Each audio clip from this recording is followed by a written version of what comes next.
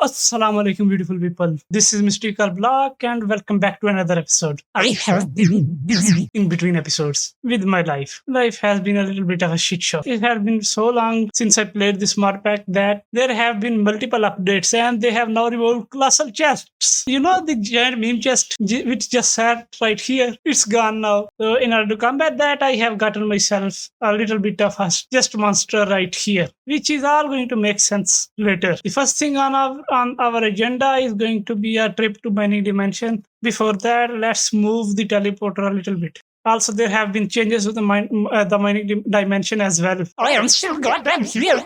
So, what was I about here? I was here for some diamonds. Diamonds! Soon after.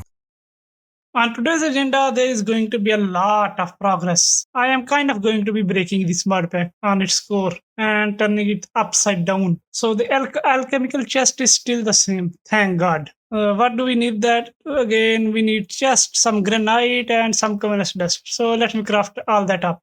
There I go with the boring crafting, and there it is. We have got ourselves cheese. Cheese.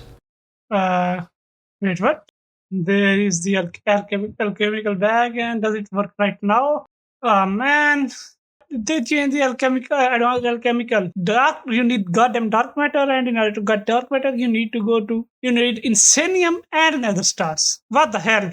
Since that was kind of useful, I am going to smelt myself a lot of iron because I am in need of iron in order to get myself some storage upgrade. And I swearly lack iron. I don't really have enough iron. I am out of iron. I think I have said more than this. It was so fun and easy to just get yourself an alchemical chest and just skyrocket your progress. But no, they had to change everything. I should have gotten the alchemical chest in the first episode. I will be back in a little while. 3 days later. Alright, it is time to address the elephant in the room. The storage problems, right, which I have right now. They have at least replaced the colossal chest with the simple storage network. Let's start crafting up ourselves some simple storage stuff. I am going to need some redstone and things like that. And let's start with this. Let's craft ourselves this much iron nuggets, a whole bunch of network cables so that we don't have to craft them later. There we go with the storage inventory. The next thing is going to require some gold and some wood. While that is going, I am going to need storage request. That is done. Storage network route. That is going to require a diamond. There I go with the route. Basically, I guess right smack dab in the center is going to be the place where I am going to put my storage setup. The base is going to be a storage network route.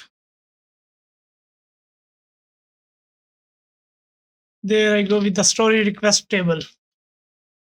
I am going to need some link cables, which are going to require a bunch of chests. And for some reason, these are not working for me properly. Alright, I have to adjust these chests. 1 eternity later.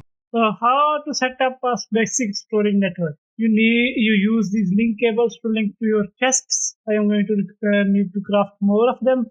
There we go. The storage link cables have been connected, and next you need is a network cable, and this network cable is going to connect with all of these link cables, and our simple storage network should be connected. And there you go. All right. So it is time to set up tinkers. Tinkers is going to require a lot of clay. I am going to need myself a barrel from Action Hilo. 2 of these should be more than enough temporarily. And I am going to need a lot of dust. And in order to get dust, I am going to need my compressed hammer and compressed gravel. This compressed gravel is going to give me compressed sand, which I can compress it, turn it into dust, which I can turn into clay by dipping it in some water. Later. So first thing we are going to need is a lot of grout. So the grout is the start of tinkers. For starters, this much grout should be enough, and next I got to smelt it. So that is going to be fun. I guess I can go ahead and make a little bit more grout. I have been here for the past 10 minutes watching grout smelt. So that was fun. A seared melter, which requires a seared fuel gauge, which requires some glass and some bricks. Alright. Once again, let's craft some more grout. Half a stack of grout should be more than enough. Later. I remember that both my game and my PC crashed, and thank God, things are still kind of in a safe spot. Let's rebuild the smeltery which I built before the crash. And how you build a single smeltery is that you need a floor of these seared bricks. So I am going to make a 3x3 floor of seared bricks and a wall around them, basically closing them. You don't really need these corner pieces. All you need to do is enclose this floor with the seared bricks. Right here is going to be smeltery controller. There we go with the fuel gauge and the drain, and the smeltery has been built. I am going to place my casting basin right here. And also one more thing I am going to need to craft is a casting table, a seared casting table which requires a bunch more bricks. Our tinker setup, a basic tinker setup is complete. A basic melter has been completed, and now we can very quickly smelt ourselves a lot of ores. I believe a tinker smeltery gives us a bit more ores than a normal furnace. See, I have 6 lead ores. Oh, I forgot about the fuel. So let's go and collect some fuel. In order to collect fuel, let's go to the mining dimension where you can easily find lava. This much lava is going to be more than enough. Let's fill the smeltery with lava. This tank holds total of 4 buckets of lava. I think it doubled. Yep, it doubled my ores. Now that is a beautiful sight to see.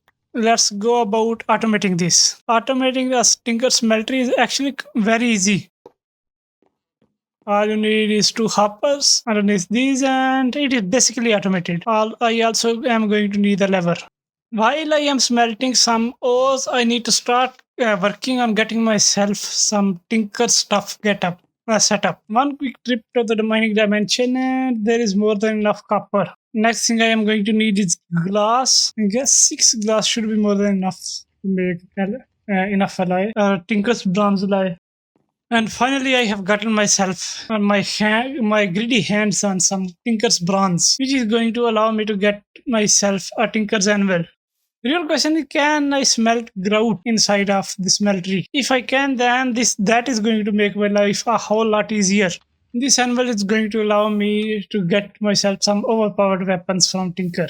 I have myself a Tinker's anvil, and yes, I can make myself armor and other tools. First tool, I am going to start with a cleaver. Sure, let's start with a cleaver. First step on the agenda is going to be resmelting this gold and getting myself a bunch of patterns set up. Alright, perfect. Let us start creating ourselves a cleaver. We need a broad blade, a large blade, and 2 tough handles.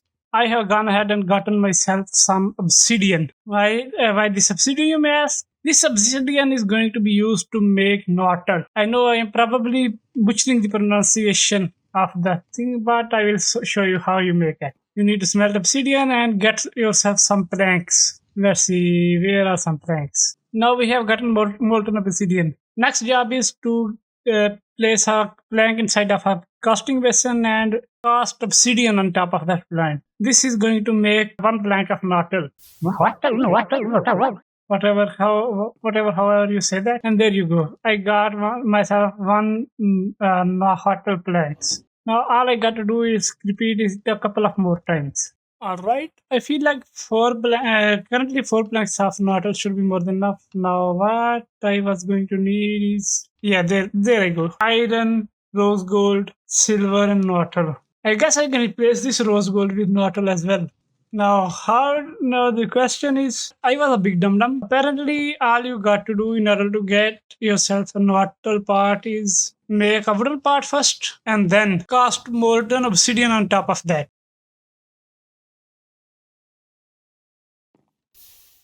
There you go. That was stupid of me. I guess I can use this for something. And now all I got to do is make a silver large plate.